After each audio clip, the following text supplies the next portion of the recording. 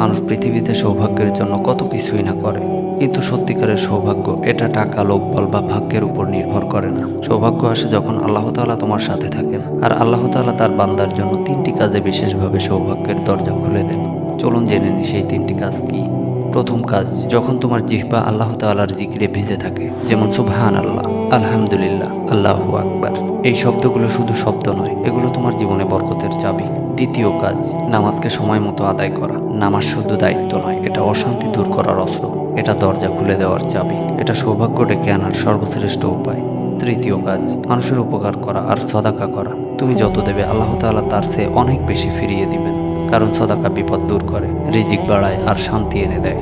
তাই মনে রাখবেন, সৌভাগ্য কাকতালীয় কিছু নয়, এটা আল্লাহ তাআলার পক্ষ থেকে আসে। আর আল্লাহ তাআলা বলেন, যে আমার পথে আসে আমি তার জন্য পথ খুলে দেই। তাই আজ থেকেই শুরু করুন এই 3টি কাজ, হয়তো এটাই হবে আপনার জীবনের সবচেয়ে বড় সৌভাগ্যের শুরু।